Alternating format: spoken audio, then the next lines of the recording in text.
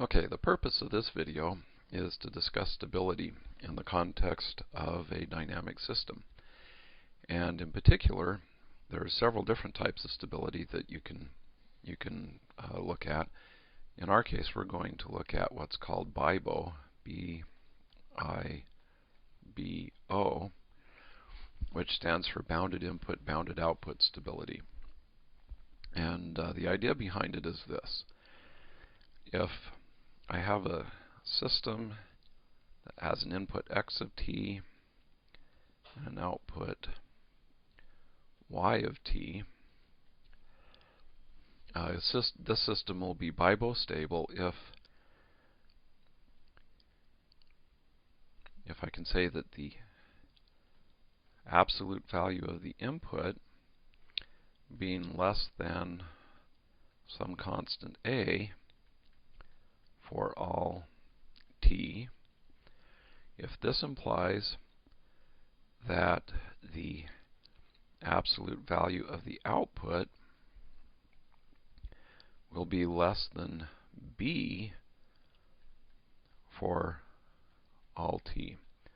So if this statement implies that this statement is true, then the system is bounded input, bounded output stable. Conceptually, what this means is that as long as the input does not get to be too large, so as long as this stays bounded, then the output stays bounded, and the idea is that that usually means that the system's stable. Well, that means that the system does what you want it to do, or at least doesn't do what you don't want it to do. So let's do a few simple examples of systems and try to determine if they're BIBO stable.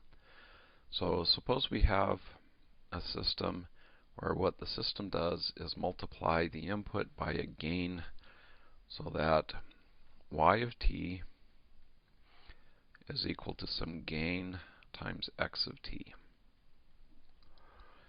And the question is this a bounded input, bounded output stable system? Okay, well, the idea, or we have to check that if this is true, that is, if x of t, the magnitude of x of t, or the absolute value of x of t is less than a, then will the absolute value of y of t be less than b? A here is something that we can tell basically from the signal,